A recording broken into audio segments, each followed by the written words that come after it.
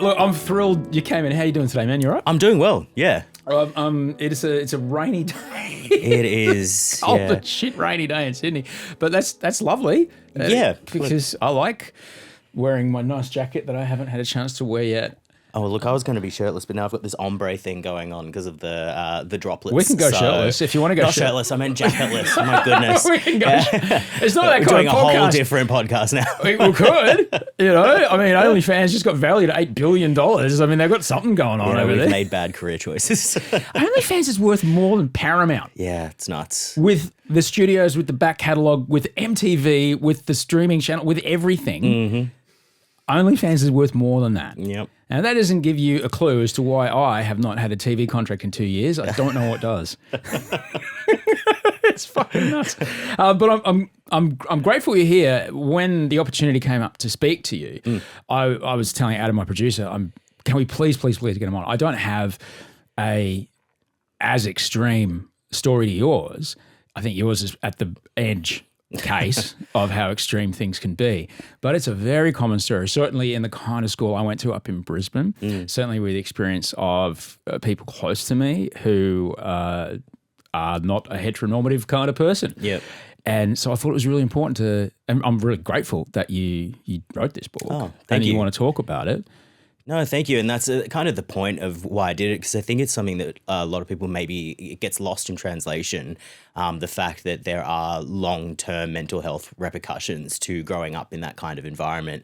I think there's this sort of perception that coming out, which is a term I hate, by the way, but that the coming out process is just you click your fingers and then night and day, you're now that person, but it's not. You then have to unpack everything and you have to retrain yourself in how you think about yourself, what your morals really are, what your tastes are, all those kinds of things. And that's a process in and of itself. And certainly in those more conservative areas of the world, there's just no support, and there's also a willful ignorance to what that is like. So I just thought, well, not only have I had my unique experiences, but I also have the opportunity to share them so that perhaps people can't hide behind that wall of willful ignorance moving forward. Tell me, for folks who may not understand, what is it about the phrase coming out that rubs you the wrong way? I think it oversimplifies what it is. If it was as easy as just being like stuck in a closet, then I'd burst that door down a long time ago. So I just think it's a bit reductive, if anything. So I don't really think there's another term. I can't really come up with anything to change that. But it's really a long journey. And I just think it's easy for people to just say it that way. But it's also this misconception that you have one conversation once and that's it. Yeah. No, man, you kind of have to do it 20 times a day, 20 years later. Yeah. The Truth Will Set You Free, which is the title of my book. Initially, I was calling it The Cage because that's what it felt like. It feels like being completely trapped and that you are in a cage, someone else has the key and you can't get out. And the cage really is in your own mind. And so I think that kind of sells why something like the phrase coming out is perhaps, not quite enough. There's a friend of mine who is one of the people that I went to this school with. Yep. Had a huge problem with the affectations and the telegraphing. To the point where he's like, oh, come on, love, how many S's are there in hamburger? I'll never forget that he said that to somebody once. But on the flip side, I kind of understand. If you're tired of saying it all the time, if you throw a bit of a telegraphing in, whether it be a flare of a hand or a particular choice of clothing, an eyebrow ring, whatever, it kind of like, is it not obvious? Do I have to say it out loud? Yeah. The other thing as well to that is that it can also just be an expression of the freedom when you're finally feeling it. Yeah. I'm not really a particularly flamboyant person myself, but it can be really freeing sometimes if I'm having conversation with someone to do, a feminine voice and, prance around a little bit. And it's not that I'm, like trying to telegraph or anything. Yeah. It's just, it's me just expressing myself and not having to care that anyone might judge it. Because, in my own family at home, My mum would like slap my wrist if she thought it was a little too limp, or she would like, don't walk like that. You look like a sissy boy. People are going to think things about you. And so you grow up feeling so self-conscious all the time that when you do have those little moments where you're in a safe space and you're around people that don't care, then it can be fun to be like, yes, queen, which, I am not that guy, but ironically, sometimes I am. It is a cold and rainy day here in Sydney, so I'm guessing this is somewhat reminiscent of a summer's day of your childhood. Yeah, I love weather like this, actually. It does. It reminds me, because I grew up in country Ireland, and it was always grey. It was always quite bleak and miserable. But to me, it's quite romantic. I was always a creative kid, and we had this little enclosed sort of veranda at the front of the house, and our view was incredible.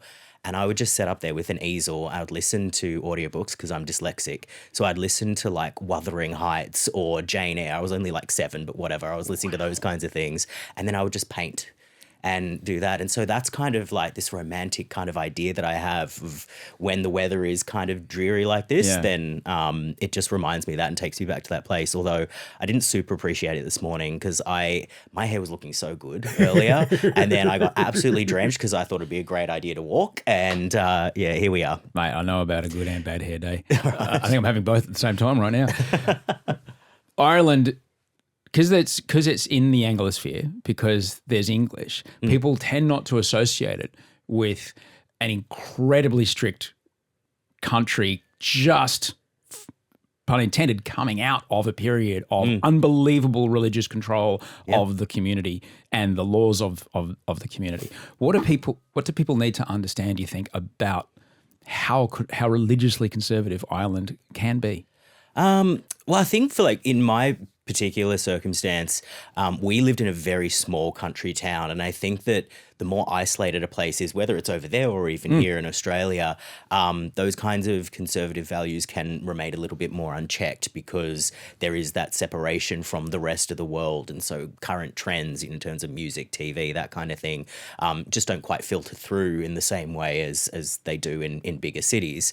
And so we definitely lived there, and it was like very Catholic town, like everyone was Catholic. And I think that's the reason why my parents chose for that to be where we moved, because they were super conservative and wanted to keep us away from the world. And so it wasn't really so much that I felt the Catholicism as I just felt an absence of anything else. Yeah. So my entire world, like everything that I knew, everything that was normal, was because everyone around me was doing the exact same thing and had the same kinds of lives. So there was nothing to challenge that perhaps the level of fervor that we had was maybe not what other people were doing. It definitely was such a religious, conservative. Yeah. It felt like living 50 years ago. Or 100. Or 100 years ago. And especially because you've got actual castles in people's front lawns and old buildings and stuff. Yeah. Like it really felt like living in a different world altogether. When was the first time that you had an inkling? Because fish don't know what water is, right? Yeah. When was the first time you had an inkling that other kids your age looked at the world in a different way, and there were other things out there that your parents perhaps had not seen yet, or like what's that over there? And have an idea that your parents are trying to shut it down, but you're kind of, hang on a second, that looked kind of interesting. Yeah. I remember really wanting to get a bowl cut when I was like 6, because that's what, if we would go into Cork City, you'd see them and you'd see people wearing the matchy one-tone Adidas tracksuits, which, yes, horrible, but at the time that was fashion and that was cool, and I wanted that.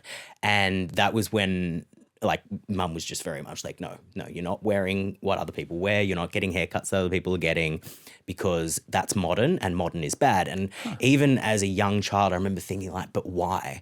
Yeah, right. And we'd watch movies from the 50s. We wouldn't watch current things. The kind of film where a man would slap a woman and go, get it together. Yeah, like My Fair Lady. These handy. Sort of very pretty handy. Yeah, and like just very sort of old school misogyny, just sort of like steeped into there. And kids my age were watching The Witches. That movie had just come out, and absolutely not allowed to watch that because witchcraft is occult and devil worship and all of that. I'm like, but it's just a film. And so that was sort of when I started to realize that, even in our small country town, the other kids were accessing things like that, and Captain Planet, which was also off limits for us. I've got his haircut today. I'm pretty happy about it. I mean, hey, we can He's a bring hero. it back. We should, yeah. Captain Planet is a Yeah. hero. Well, I mean, I wouldn't know. I was never allowed to see it because that was worshipping the world.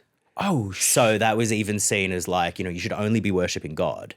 So Captain Planet, because it had sort of a green agenda, so to speak. Nope, can't watch that. So I did find it even early on difficult to connect with other children my age, but that sort of turned sort of more so when I came back to Australia, and I actually accidentally became an opera singer when I was 10. And so I was starting to then meet kids who were performers, who went to other schools, who didn't go to mass every single day and pray the rosary every single day and all of that. Yeah. And that was when I started to kind of go, oh, like, I think maybe I'm in a bubble. I don't know.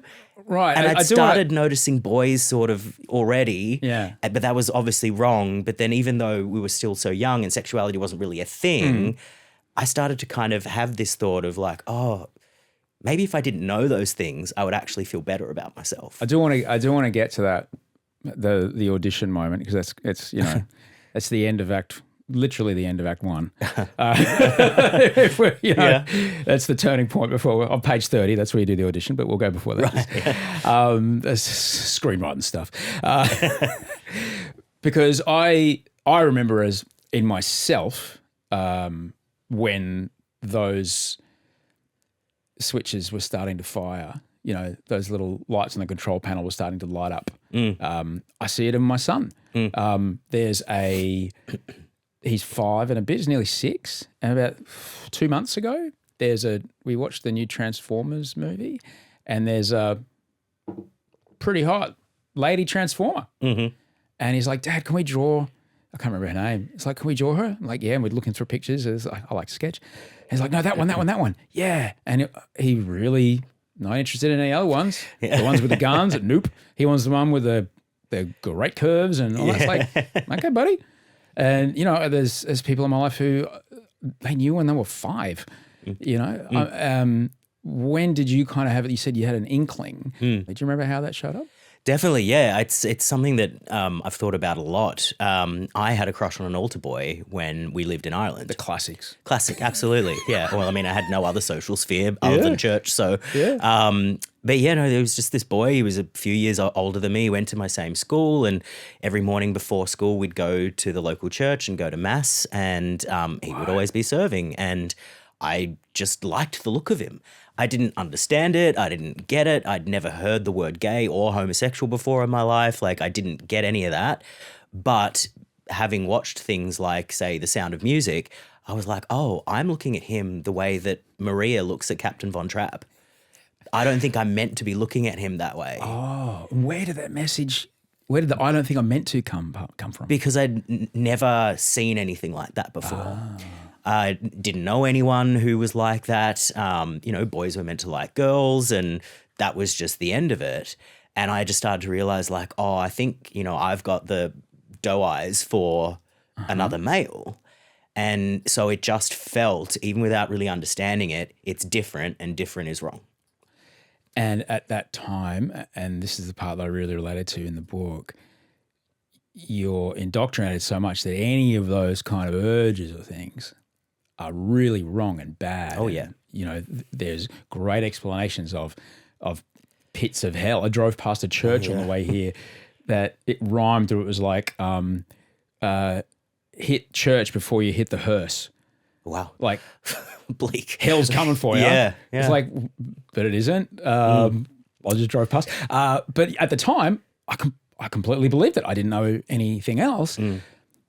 I felt terrible that I was having these thoughts and touching myself in these ways. And I was so ashamed of it. And I read in that, and I was, I literally lay there at night whispering into my pillow thousands of those fucking prayers, hoping that it would make it stop. Yeah. Same. Yeah. How fucking torturous. Exactly. To a child. Yeah, absolutely. And that's what I think that like so many people, they don't really think about. Yeah. Especially the people who, regardless of their beliefs, I'm not anti-religion. I'm not, wanting people to have different beliefs or whatever. I just want people to maybe have a little bit of a different way of thinking about these things, because you're right. When someone is a young child in early stages of development, for them to have such torturous, deep self-loathing is a really damaging and harmful thing. And I really don't think that any parent of any religion would want that for their child. And I think that they are sort of maybe perhaps not aware of it, because of course the child can't speak up for themselves, which is why it is a cage, which is why they do feel so trapped. It's all very internalized. And so, I think, again, that's sort of part of my mission statement with the book, is that I can maybe be that voice and maybe break through that, because I mean, in my case, we'd listen to lectures about hell that were recorded by bishops overseas, but also we had these books of saints in our house. And at nighttime, instead of, say, a bedtime story, we would have read to us, these lives of these saints, people for us to try and emulate. And some of these saints had actual visions of hell. Or in one case, I think Sister Josefa Menendez, she physically went body and soul to hell. God gifted her with that experience, supposedly. And then she wrote these graphic depictions of, like, in one of them, I remember it so vividly because I'm a claustrophobic person, where she gets doubled over, popped into a hole in the wall that is scorching hot, and it is constantly just pressing on her. She can't breathe, she can't move, and it's just that for all eternity. Good night, kids. Daddy loves you. Literally, yeah. Sleep well, and then you're just lying in bed, and those visions just start surrounding you. And when you've got something inside of you, you're like, I am different. And like, I looked at that kid the other day and thought I liked the look of his face, and that means that is literally what's waiting for me when I die. Yeah, not pleasant. There's I put it in my notes because it was so heartbreaking. This quote: "I cried myself to sleep at night, praying with complete certainty that I would wake up in the morning and no longer be gay." Yeah, I wanted that. Yeah. So at that point, you have this realization that I am the thing they say is bad. Therefore, I'm bad, and like that twisted, shitty loop that you get stuck in. Yeah. How long were you in that space for? Oh, years, like well into my 20s, from probably age 12, 13 till like, I mean, I was 26 when I was taken in for conversion therapy, and I still at that point had been hiding, pretending, wishing, or even at that point I was like, I'm not going to change, but I'll be happily celibate for the rest of my life. I would like pray to God and say, all right, dude, let's make a pact. I'm a good guy. I altar serve, I play organ at mass, I run a children's choir at church, I take care of my mum and my grandma, like I go to mass every week and most of the time during the weeks, like, I'm a good guy, I asked for you to change this, you haven't changed it, so how about you just give me like a bitch and acting career and I'll be celibate for the rest of my life. I'll be George Clooney. Like I will go and just like never marry, but I'm going to work on like movie after movie after movie. I don't think George Clooney's celibate. Well, at the time, he was, that like bachelor that was never settling down. So that was what I was telling myself. I think there was a lot of rooting going on. Well, for sure. Yeah. But I was going to be the good version. Oh, okay. Yeah. Not just the bachelor, just but over like the actually pants. living like, it. No, yeah. Sure. Yeah. No, that ear thing that people do. Fuck, how twisted. Like that as an adult, those kind of things are happening. But just to go back a little, you ended up in Sydney, and it was the Australian Youth Choir came to your school. Yeah. Which, it's always exciting when new people are on the grounds. It's nobody's parents, no people we see all the time. When you're watching people of your age standing there singing, was there a realization of like, oh, hang on, this is something? Sort of, not really. It was weird. I'd been playing piano since I was 3 and I'd liked music. And I'd sort of just adapted to that really well. So I really enjoyed music and I liked classical music. I'd never really sung before. It wasn't something that I was like, oh, I really want to do that. But when they came, they sort of just did this mass audition. They had everyone stand together. They just had everyone sing the national anthem together, and they just kind of walked around. And if they heard a promising voice, they'd invite them to come and do a proper audition. How I really believe we were girt by sea. Yes, Come with us. absolutely. Well, I thought I didn't know the words. I thought it was dirt by sea, but like, because that kind of makes sense. That's what a beach is, dirt by sea. Yeah. But I just didn't know the words, so I didn't sing. And then they're like, "Oh, are you too shy?" And I'm like, in my thick Irish accent, I was just like, "Oh, I just like got here. I don't know the accent. I don't actually know how to sing it." And they were like, "Oh, do you want to sing something else?" So I just sang "Twinkle Twinkle Little Star," and they're like, "All right, you can come and audition." And it just sort of happened that way, and then that opened other doors, sort of moving forward. And it was quite the cascade. What was it like to have an affirmation, a positive message about who you were from people that weren't almost in charge of you, like parents or teachers and things? I really liked that I had an outlet for the creative drive in me. I was too young to really understand what that was. But there was just something about going into a room with a bunch of other kids who liked doing that as well and having that in common, and it not being school. I hated school. I didn't understand the point of maths. It was like, we've got calculators, guys. Like, we don't really need to learn, Pythagoras' theorem. And so it was just the idea of doing something that was still like a classroom-based thing, but I actually enjoyed it and I wanted to be there. And it would actually often get me through days at school because I'd be looking forward to rehearsals that night. And that was even before the acting thing came on. That was just purely the singing. I just really enjoyed that. And you landed in this room of people. You ended up, you hit the magic flute by the time you were 10. Yeah. With was it Sydney Opera, Australian Opera Company? Yeah, Australian Opera Company. Australian Opera Company. At the Sydney Opera House. My son's called Wolfgang, by the way. Oh, there you go. after Amadeus. Yeah. You mentioned being in this room of kids your age. What's it like going to rehearsals at the Australian Opera Company and just being surrounded by grown-ups, adults, careers? Yeah. Seeing your people. What's it like? It was amazing. It was really where I first was like, oh, I can see my future. Yeah. I saw these other singers, performers. I'm like, I can do that one day because I'm already doing it now.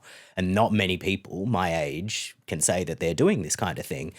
And it was like a lead role. It wasn't a chorus role. It was like solos and all of that. Yeah. And I'd never done it before. And so I just kind of like trotted up very naively, like a little Bambi, deer in the headlights. It did my thing, sang a song. And next thing you know, they're like, well, we did that one in English. We did other operas in other languages. Right. I did one called Peleas und Melisande, and I had like a line. It was like "Zu ziehen durch Fluren zu dalen." Like I still remember that for some reason.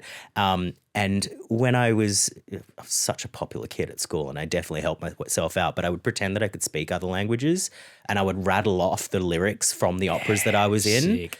Just to be like, yeah, I can speak French. Avec la garde de Monton, nous arrive nouvelle. And they'd be like, oh, wow, you really can. I'm like, it's just a song from Carmen, but okay, sure. Yeah. They're not going to know. Yeah, no. Just to have that, that's almost a double life thing because you've got these kids at school and you write about it. It's not a great time being at school.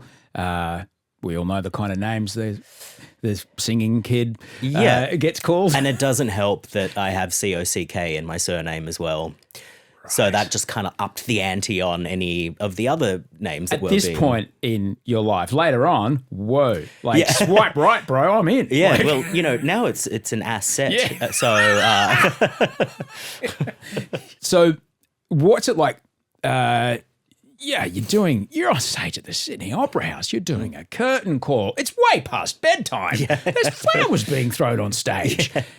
Go to bed, wake up, go to school. Yeah, and I'd still have flecks of makeup on from the night before, which was particularly bad when I was in Baz Lurhman's A Midsummer Night's Dream, and I was painted pink from head to toe. Thanks, Baz. Yeah. Was that Catherine? We were the fairy children. Was it the wife, Catherine? She designed all of the costumes and Thanks, stuff. Catherine. Yeah. Well, she's got more Oscars than any Australian. So that's right. Yeah, not many 14-year-olds can say they worked with them. So, it was an incredible experience. I think Moulin Rouge came out a year later. I was just like, oh yeah, I know them. Yeah, no biggie. But you're going to school, there's still a bit of pink going on. Still a little bit of pink behind the ears, and then and it was weird because apart from just sort of the homophobia that was very entrenched in the school, but also in the community that ran and organized the schools and everything.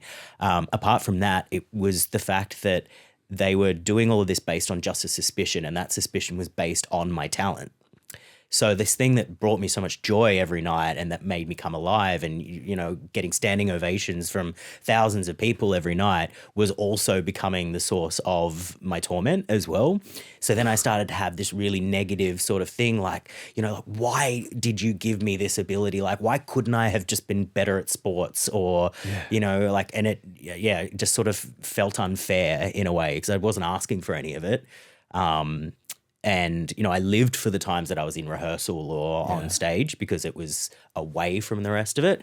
And the worst thing really was when my opera career had to end because, you know, puberty happens, your voice changes, you can't be a boy soprano anymore. Well, there were ways that they used to do it. There were, Yeah, but somewhere along the way, castrati stopped being a thing. Yeah, there's still castrati for sure, but you know there's still countertenors, which is you know a But fella not like that you've got sings such a up good high. voice, young man. Give you a little Talk bit to of your snippy parents. snip. Yeah. We're going to take your testicles out, and the rest of your life you get to have a job. Hooray! Yeah. Which happened. But I would have gone for it. I honestly would have gone for it because when I started noticing puberty, it's, you know, hairs start growing, right?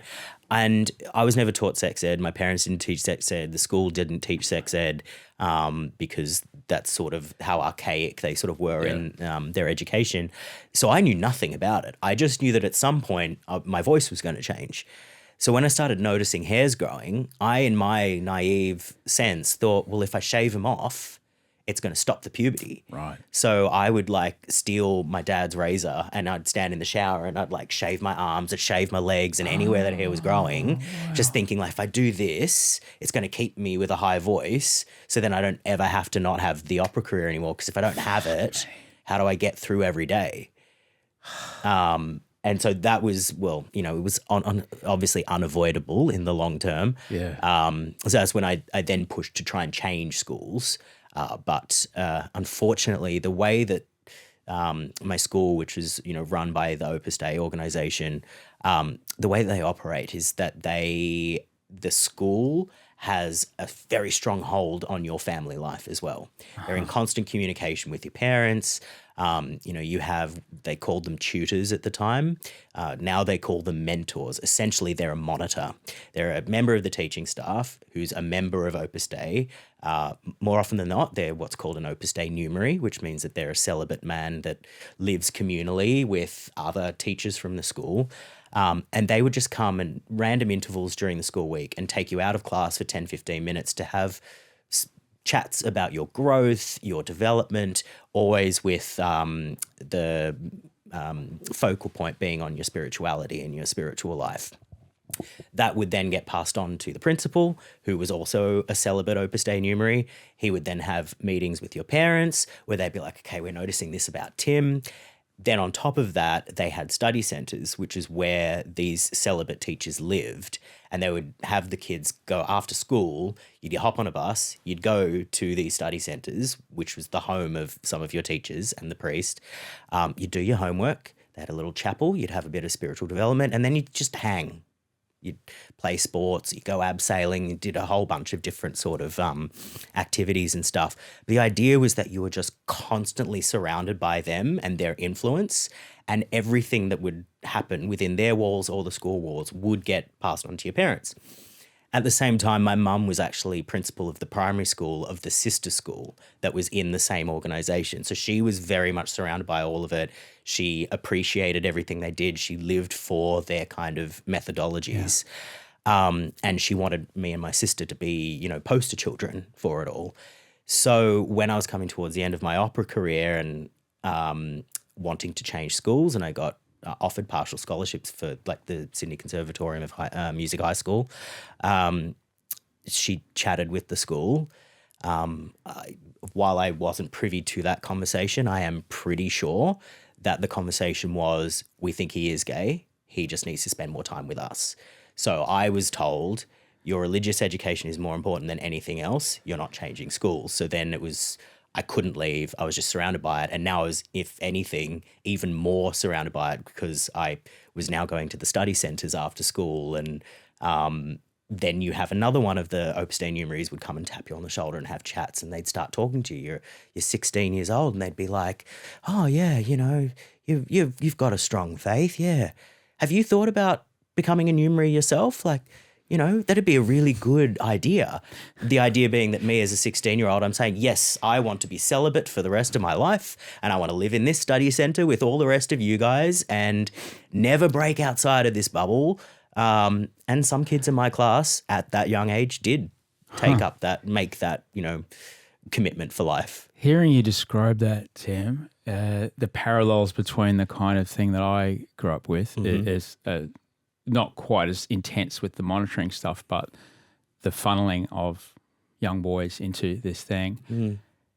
I mean, it's recruitment. It is, absolutely. And possibly grooming. Oh, yes, it's very close to grooming. Sounds very grooming. Like, and in a really weird, and I guess, you know, hearing you tell these tales, man, like the thing that breaks my heart the most as you recall it, even when you're in your 20s, is you were doing everything they told you to do, to get the right thing out of this. You go here, you eat the Jesus biscuit, you serve, you do the thing, you do the prayers, da-da-da-da, life gonna be great, all right? And you were doing it all, and it still isn't there. Like, man, like how much... Still nothing changed. How much torment. Meanwhile, other people go, please let Queensland win the state of origin, and it happens 8 times.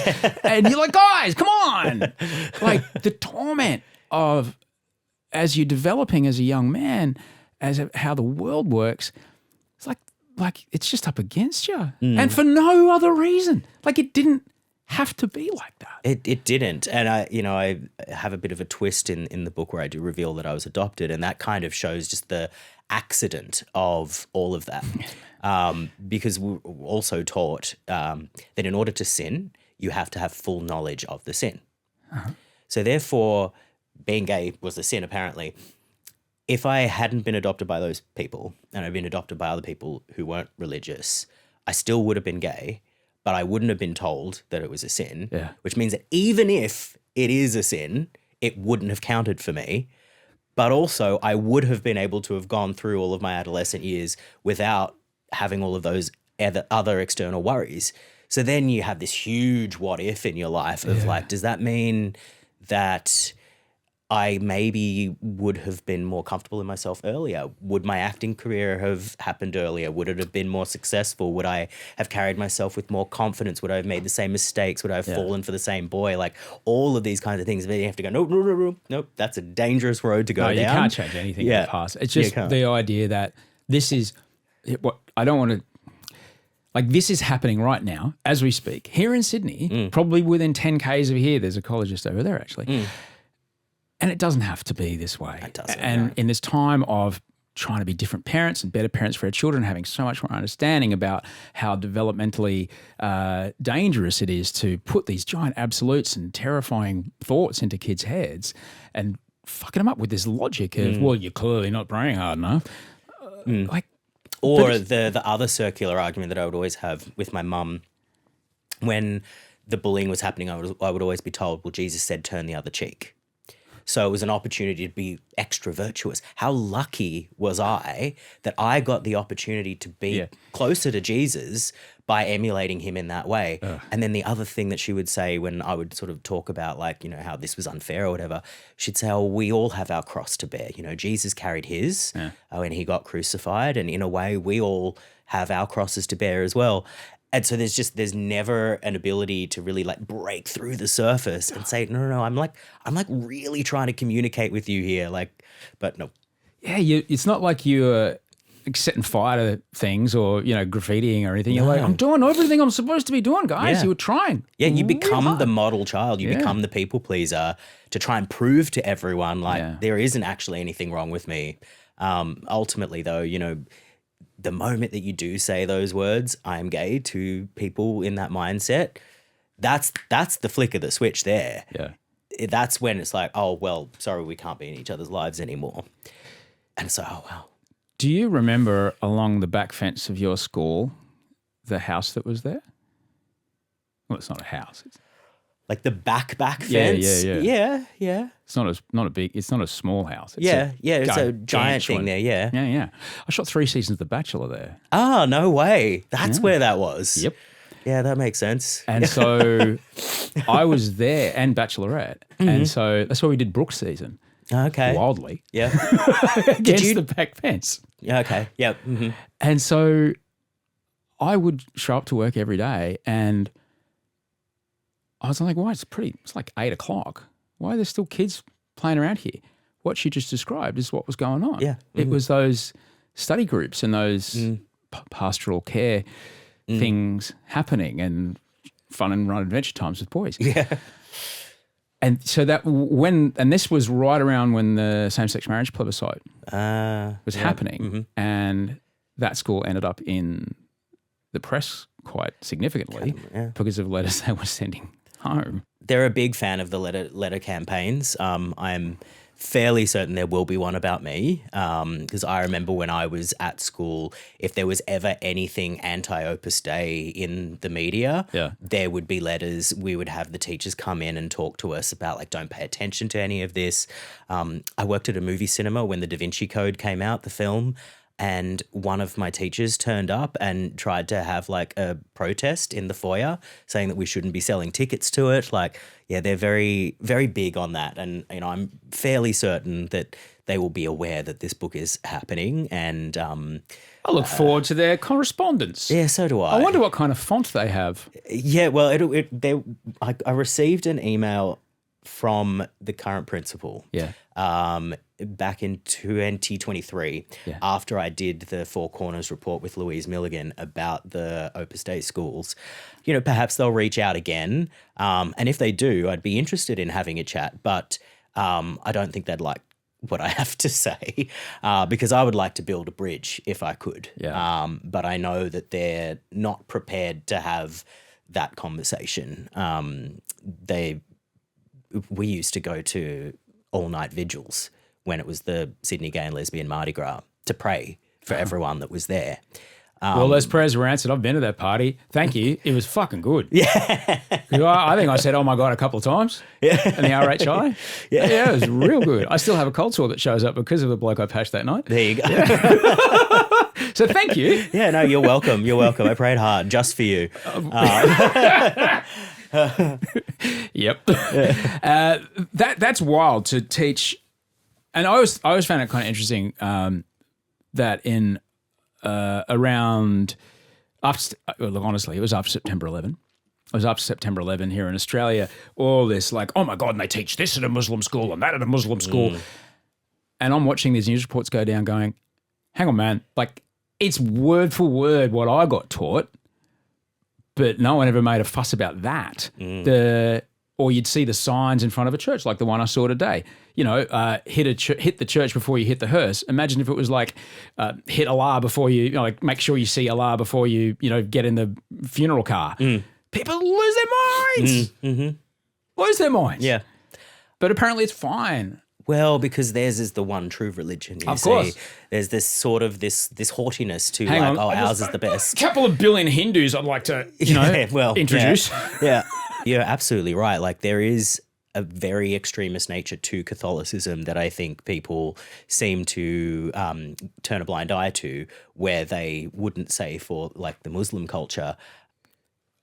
A lot of this religious stuff, I find, it just co-opts the things that is naturally in us as humans, which is to care for each other and try to have empathy for our fellow people, because it's only if we have empathy and cooperation that we survived. That's how we ended up being dominant as a species.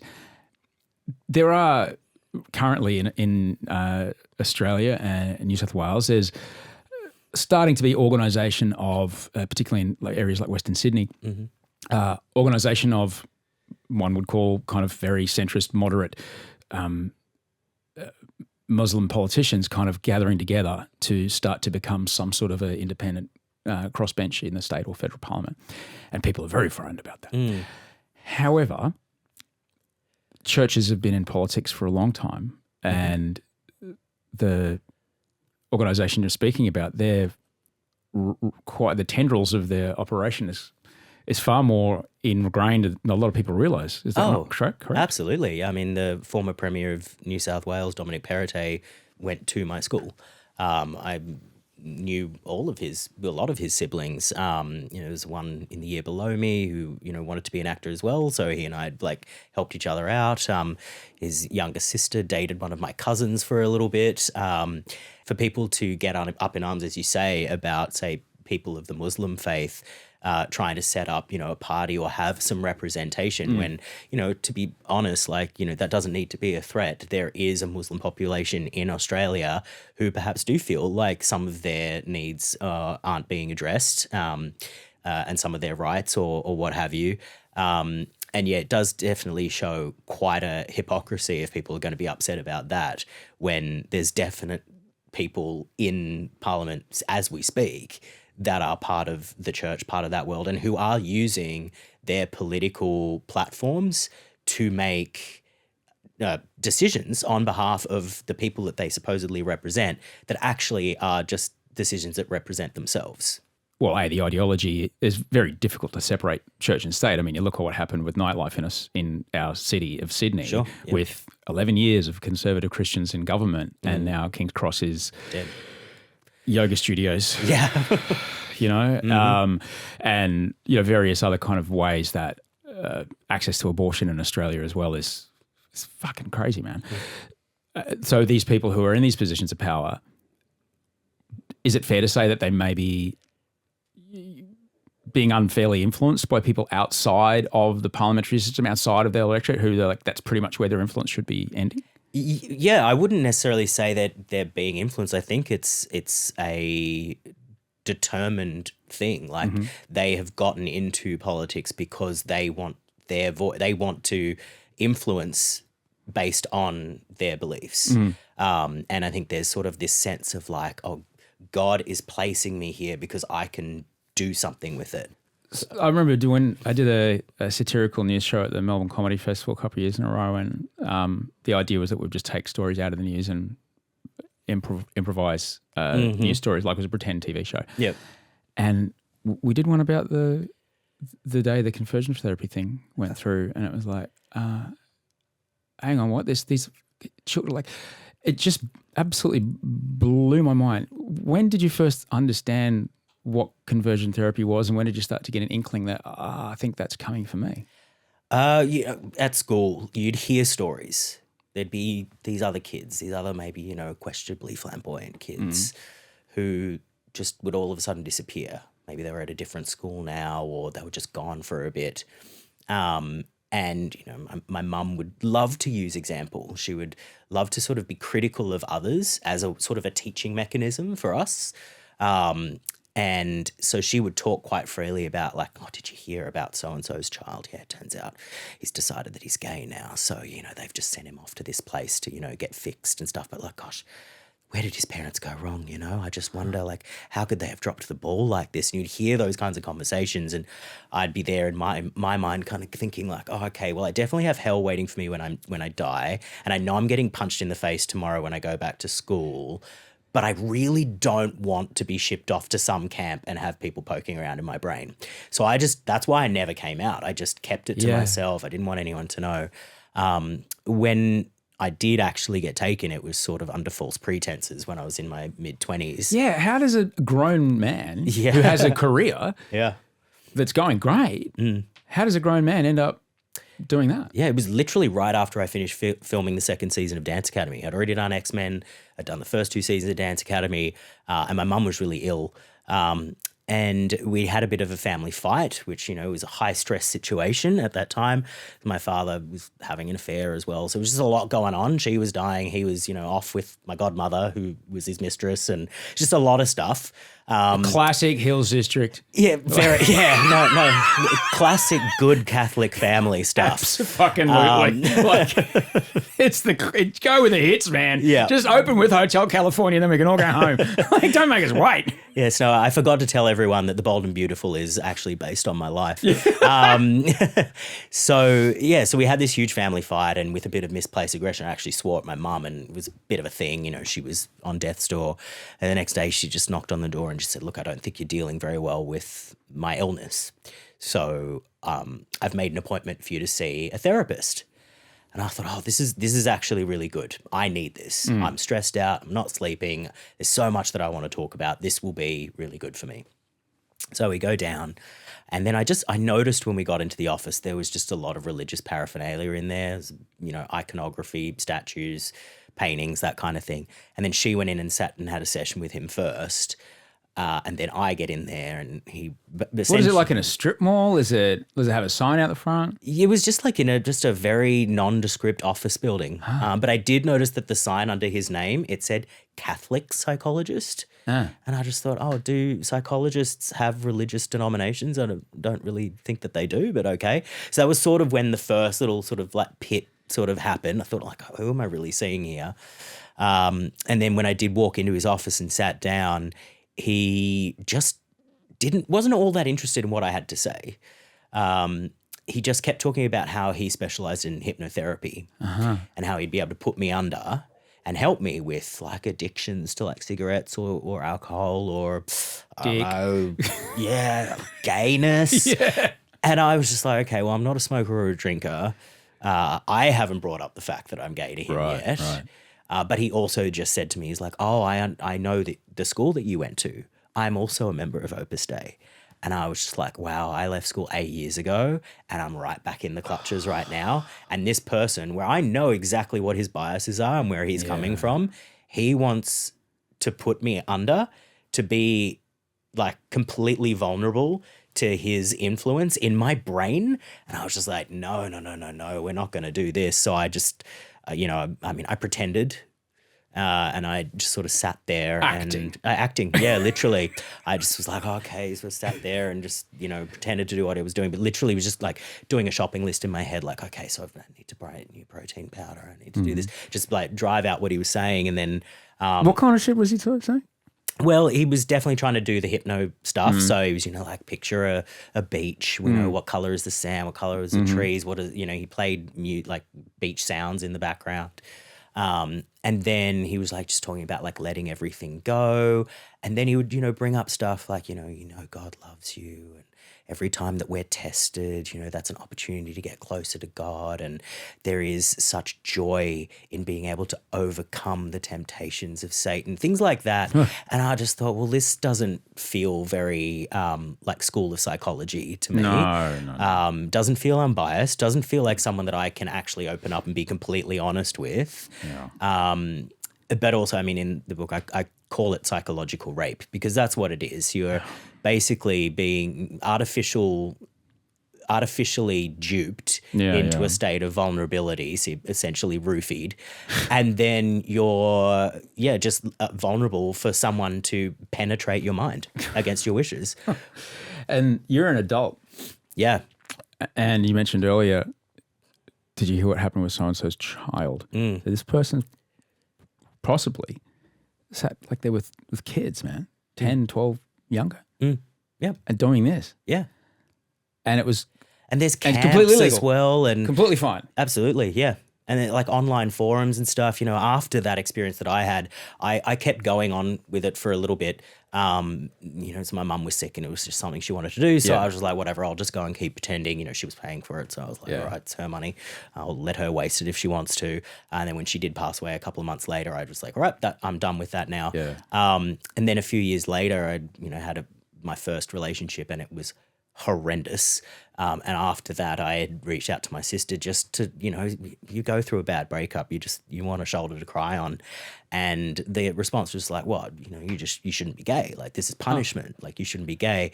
And then she was sending me links to these conversion therapy camps, like men's groups, which had online forums as well, but also meetups and stuff with the idea of like them retraining their brain into not being gay anymore. So that's just, it also just sounds such a to me pervasive like thing. a whole setup of like when we started doing the show, The Bachelor, people, how come there isn't a gay bachelor? It's like, well, think of what happens in the mansion, mate. I think a lot of people would tune in. Yeah, but it's not like, oh, we're all going to go to camp? Yep. Yeah. I'll come back straight out. Well, yeah, absolutely. Yeah. It's called camp. Yeah, it's What like, am I gonna do? I maybe might be able to meet someone. Well, I mean, that was something that was just always held over my head while I was growing up. And thankfully, because I sort of didn't say anything, I wasn't exposed to it when I was even more vulnerable. Yeah. I think the fact that I was still exposed to it in my 20s shows just kind of the psychological damage that can happen to someone, that can keep them, even in their mid-20s, feeling so helpless against that kind of a thing. So my heart bleeds for the younger people. And that's exactly why when Equality Australia reached out and asked me to share my story and be part of their campaign to have it made illegal in this state, I absolutely said yes, because it's not just something I'm passionate about. It feels like a responsibility because I'm able to talk about it and I'm able to really get across the need for it to be illegal. And, it's a proud moment to be able to say, like, that has happened now. So I was able to turn that sort of negative part of my life into something positive for others, so that other young children no longer have to worry the way that I worried when I was younger, that could happen if I dared in my Catholic faith, to be honest. The idea that conversion therapy is no longer there is wonderful, but it doesn't mean that we're out of the woods. Absolutely not. No, the persecution and guilt and all kinds of twisting of a kid's head are still happening. What are your thoughts about the privileges that are extended to these schools in our community around things like tax and influence upon the community? When you do think about the fact that these are institutions that do get tax offsets and do get government funding, that is a worry, because from my perspective, I did not receive an adequate education there because it was so filtered by the religion. Whole chapters of textbooks were removed or blacked out. I remember that. I remember things getting they would photocopy them and they got a glue stick or something sticking over bits in the bio textbook. It's like 1990. Absolutely, yeah. Yeah, and that was, I was like, it was in the 90s and, early 2000s for me as well. And, we'd go and pick up our textbooks at school because they would order them for us. You couldn't order them. Yes, I remember that too. You'd go up and pick up your box filled with your books, and there'd just be, the science textbook with just the whole section about evolution or reproduction gone, just not there.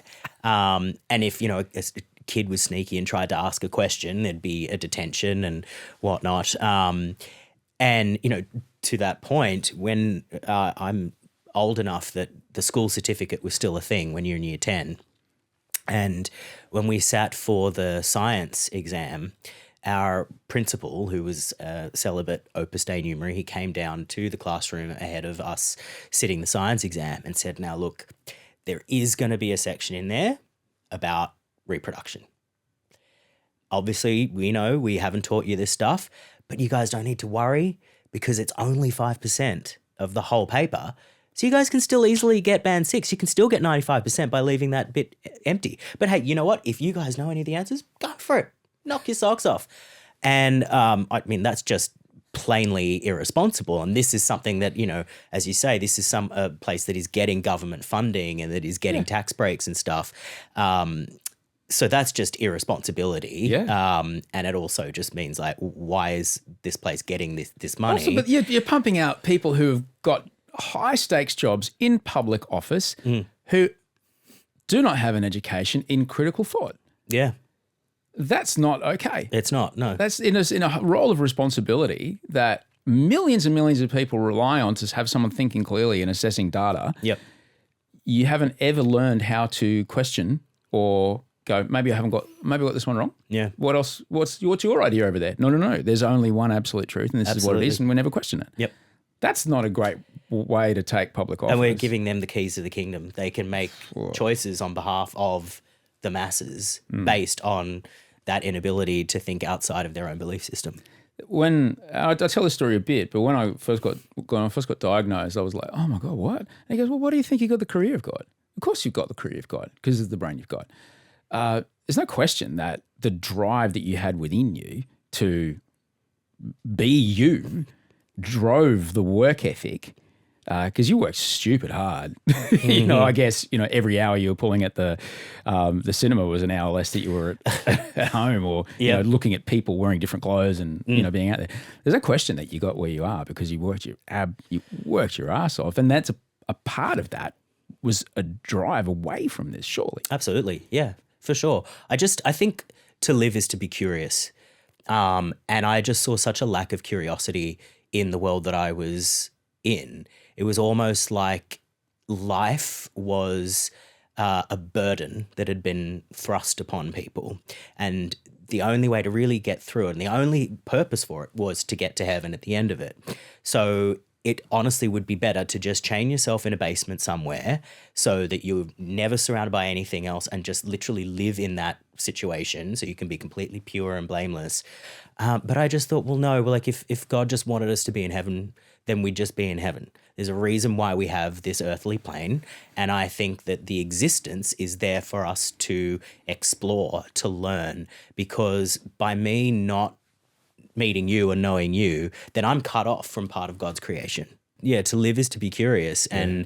And I was totally prepared to be, Mr. Devout Catholic until my dying day and never act on homosexuality. Yeah, I was perfectly ready to do that. I didn't necessarily believe that it was right, but I thought if that's what I'm being told and I don't want to go to hell, then I'll make that sacrifice.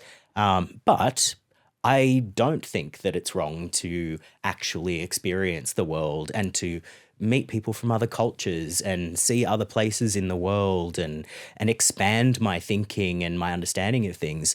And in so doing, I started to realize just how little I did know and how many things had been ingrained in me that I didn't actually really believe. I just thought I did. I used to be very critical of the way people dressed.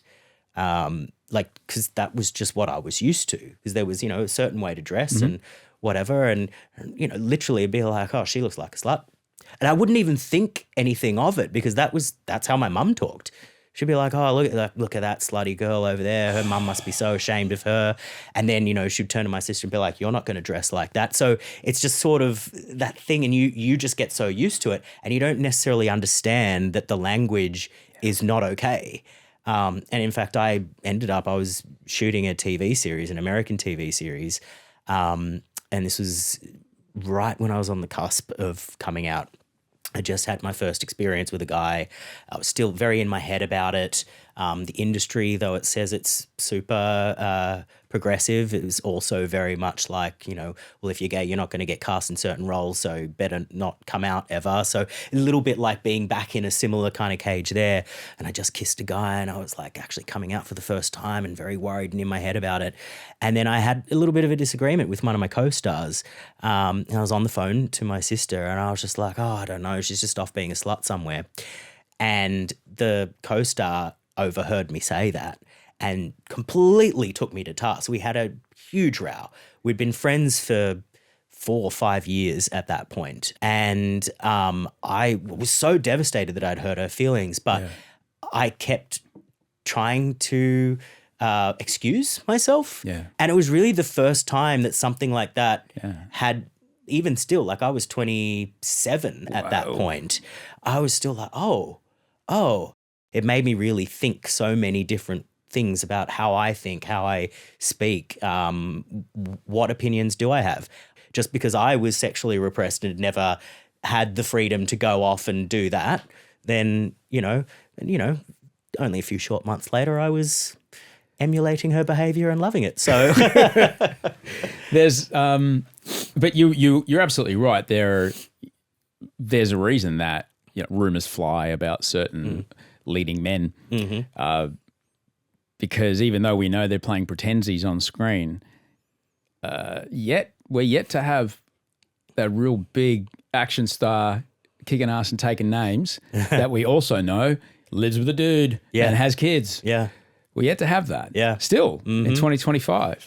I think the closest we've had is like Ezra Miller, but then they turned out to be quite problematic. So not really someone that we can fly the flag high on. Was packing on a lot of muscle a bit of an answer to some of those questions? A little bit, because I sort of agree. Like, I think that moving beyond stereotypes. Because, man, the photos, like, I wish I had photos like that when I was younger. You look fucking great. I don't know how much work it took to get that big. I wish I was currently in that state as well. I've got a film coming out later this year, and I was in the best shape of my life for it. And then I took on this book right afterwards, and then the stress of it all, like, lost all my hair, cortisol belly started happening, developed a bit of an autoimmune issue. So just kind of dealing with all of that now. And the director of my new film keeps sending me stills and like trailers and stuff where I see myself looking all jacked, and I'm like, I don't want to be that guy again. Well, you can be. Your muscles, of course. Thankfully, the way the body works, back and your muscles know how to do it. You also know how to do it. Absolutely. And, it's now being taken care of, all that stuff. So, I can bounce back to it. But, yeah, I definitely did want to get away from the stereotype of, growing up. The representation that I knew was Will and Grace, and the characters on that, they were a stereotype of what a gay man is. But also, I was absolutely not allowed to watch something like that because that was just part of the gay agenda to try and force it down our throats by having one TV show. Sure. So and even still to this day, I think because the industry, I don't want to, shoot the hand that's feeding me. But the industry, when it does do things that are sort of queer related, I think they are trying to tick boxes. Yeah. I think there's still a lot of tokenism in that world. And it's not so much that they are making things, a lot of them, there are some that are great, but I think a lot of things, they'll make things where they'll include certain characters, not because they particularly want to have good representation, but because they go, that is a box that we need to tick. And, I would love to see, like just an old school rom-com that happens to be two dudes and doesn't need to necessarily be about any of the former sob stories, because, yes, we all know, read my book for that. But if we're going to go to the movies to watch a rom-com, let's watch something that's maybe got a little bit more of the giggles. And the same with, say, like action stars and stuff. I had an agent that would always say to me, when he found out that I was gay, he got very upset with me because he felt that, I'd been lying to him. And I was like, well, no, dude, it actually has nothing to do with you, but okay. But he just said, you've got to keep this under wraps. We need to strategize this, because if people find out, you'll never play a leading man and you'll never play a superhero. And I was like, well, psych, I've already done both. So how'd you like me now? There's the token episode or the token character. And then there's episode 4 of The Last of Us season 1, which is, if you have, I want to spoil anything. No, I've seen it. It's a film in itself. You don't even have to watch the rest of the series. Just absolutely, I've got goosebumps just thinking about it. Same. So staggeringly beautifully done and wonderfully cast. Yeah. And Nick Offerman was such a surprise. God, amazing. I mean, Murray Bartlett is incredible. Yeah. But yeah, Nick Offerman, just like the tenderness and just the love and the warmth and affection between the two, and the fact that it was just a love story. Yeah. Things like that go such a long way. Yeah. And it kind of leads me to the thing I kind of wanted to, I guess, ultimately, we as humans, there is a true human need that was being ignored by all of the stuff that was forced down your throat. We as humans, there's things that happen when we drink water. There's things that happen when we eat nourishment. There's things that happen when we have physical intimacy that only happen when we have physical intimacy. And if we don't have physical intimacy, it's bad for us. We get sick. We don't think great. We don't live as long. Physical intimacy, touching another human, is a very important thing that we need to have, just like we need sunshine and sleep. Yeah. To have been restricted of that for so long, and the idea that you were willing to you'll live the rest of your life without it, just so you could be it shows you a lot about the being lorded over with, well, you'll be ostracized. Absolutely, yeah. And ultimately, as sad as it is to say, like, because I was trying to avoid the ostracism, that's why I was, willing to go that extra mile. But then when I did eventually do the coming out, I mean, all of my fears were realized. So the fact that that's still happening today it's 2025, that is still a fear that younger children in those worlds will still have. And I don't think that that's right or fair. But I also know how voiceless that they are in that kind of circumstance, which is why, my book is quite TMI. It's embarrassingly revealing of my life and my personal life, including sort of the ways that I've misstepped since coming out and the relationships that I've had and how ill-equipped I was to deal with those kinds of things, and therefore the stupid mistakes that I made and the setbacks as a consequence. Those are things that I would also like for other people to be able to avoid. Yeah. One of the things that heightened those issues was the fact that I didn't have the family support to fall back on. Yeah.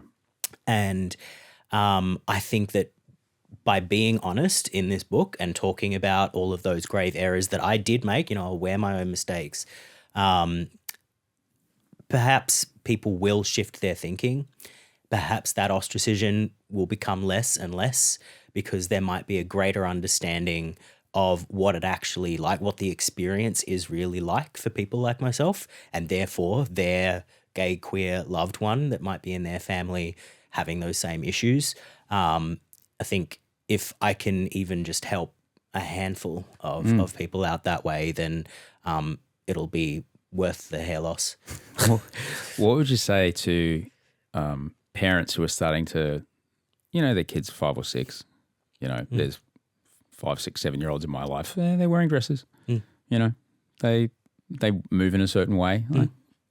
Their parents are like, that's who they are. What would you say to either parents of kids like that or maybe teachers who are faced with this choice of let my kid and love my kid, let my kid be who they are and love them for who they are, or if I do that, I will get ostracized, faced with this choice of but I don't want to lose this community and my support. What would you say to those people who might be listening? Out of the two of you, who's the more vulnerable? The young child or yourself? Yeah. I think always pay attention to kids. Kids are smart. They start to develop themselves and their personalities at a young age. And coming from a place where I always felt like a second-class citizen because you're just a child, you know nothing. Yeah. I just think give the respect that a child deserves to just become who they are. Leave them alone. Because yes, there are things that are just going to be phases and there are some things that aren't going to be phases. Maybe putting on the skirt is just a phase. Maybe it isn't. Who cares? Just let them do their thing because they'll end up being whoever they are regardless of what you say or do. But you have the ability to make that an easier life or a more difficult life. And I think as a parent who loves their child, surely you're not going to choose the difficult option. There's a person in my life whose child started wanting to transition to live life as a girl when they were about 15 or 16. And I was talking to them about it and they were so cool about it. And I said, I've never really spoken to someone who's in this situation as you are. And, because they were puberty was starting to really kick in and they were having to make a lot of heavy decisions about this. And this person just said to me, look, the suicide rates for kids like my child are 85 times higher. I'd rather have an alive daughter than a dead son. Yeah. So amen. That's what we're doing. Yeah. No, I completely agree with that. Yeah. I think it is ironic, isn't it, that the conservative people in my life who will be trying to groom a child into making a life choice of celibacy at the age of 15 and 16 will say, how dare you allow gender-affirming care for a 15, 16-year-old when they're too young to make a decision about their life. Does that make sense? I don't think so. Not a lot of stuff about any of this makes sense. Yeah. But it has been protected by the solemnity and the reverence around it for so long. People are afraid to speak about it, but I don't know if we can keep doing that. It's so damaging, and I dare say you're one of the lucky ones, Tim. There's plenty of people who maybe you didn't know about but didn't make it. Absolutely. Yeah. No, I'm very well aware Who of lived that. through everything you Yeah. did, but they didn't have the strength to do what you've done. Yeah. I think, I make a mention in my book, I've had a very unique set of circumstances in my life. And I think that being adopted was something that always made me just have a little asterisk about myself. That always just made me feel a little bit like they don't get me. And I think that was something that really helped me a lot. If I was biologically my parents' child and I was feeling that same kind of lack of understanding, I think that would have been more difficult. And I'm not sure if I would have been strong enough to handle that. It's been wonderful. I'm so happy you came in today. I didn't say a lot of the stuff, but you should know that my body has been coursing with emotional memory of a lot of very similar things to what you've been describing in the suburbs of Brisbane when I was younger. And I'm just grateful that my kids don't go through that. It's not right. It's not right, no. And if anybody at the Opus Dei wants to write to me, I look forward to your correspondence. I hope your paperweight is lovely and you have a really good typesetter. So I look forward to your letter.